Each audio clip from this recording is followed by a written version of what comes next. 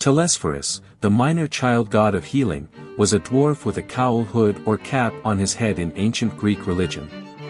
Legends had it that he was the son of Asclepius, the god of medicine, and would often accompany his sister Hygeia, the goddess of health.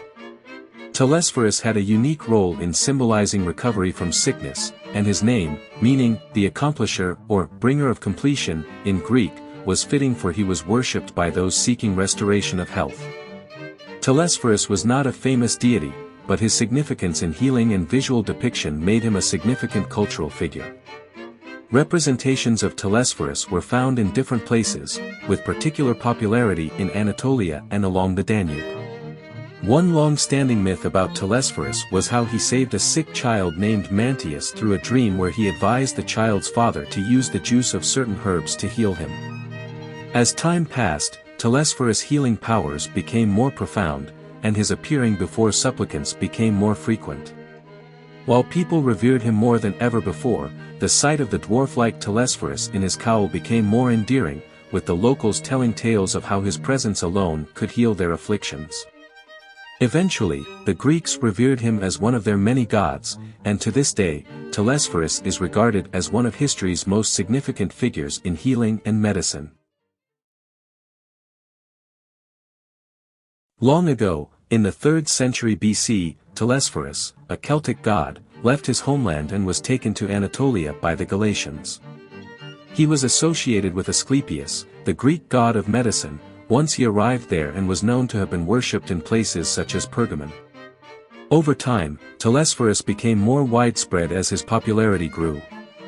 Telesphorus had a reputation for being a protector of children and, in particular, associated with healing gods. Ancient hymns were often sung to him expressing gratitude for his role in safeguarding the birth of healthy children. He was also the protective deity of an Attican fraternity, according to the lists from the 3rd century BC. Even in death, the protection of children was associated with Telesphorus. This was evident in the discovery of statuettes of him with a child in 2 children's graves in Stobi that were dated to the 2nd century BC. Interestingly, other depictions of Telesphorus have him as a child as well. In Naricum, Telesphorus was identified as the genius cucullatus, a protector of children invoked on 2 inscriptions. His role as a protector of children and associations with healing gods made him an important and revered figure in ancient times, even as his worship spread westward during the Roman Empire, particularly during Hadrian's reign in the 2nd century AD. Telesphorus, the youngest son of Asclepius, was a gifted healer with an exceptional ability to cure illnesses. Telesphorus had 5 sisters who were also associated with health and well-being. However, he was often seen accompanying his sister, Hygeia, in statues, indicating their close relationship.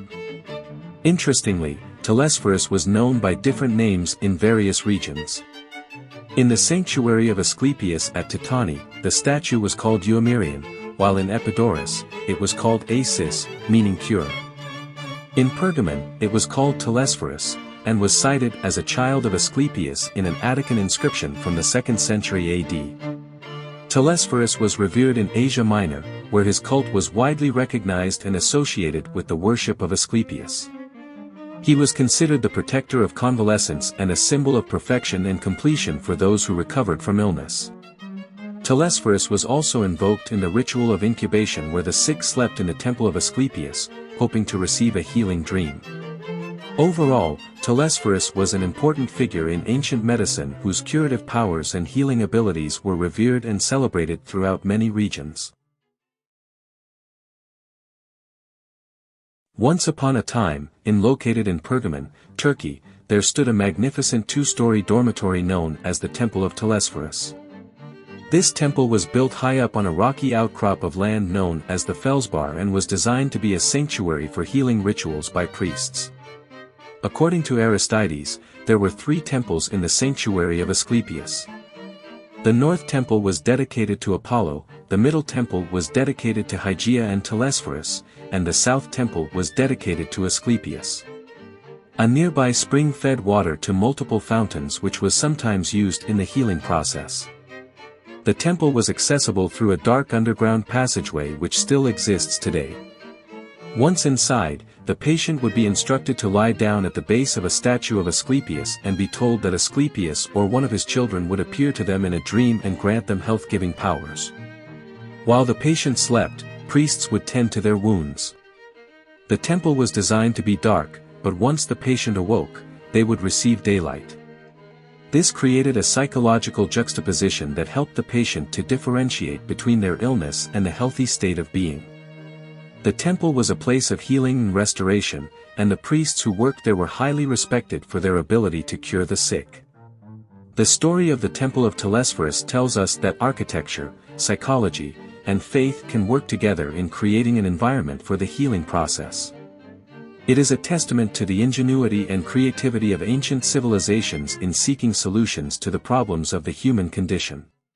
Do you want to explore more Greek mythology stories? Who do you want to see featured next? Subscribe and leave a comment below to let me know. I'll see you in the next video.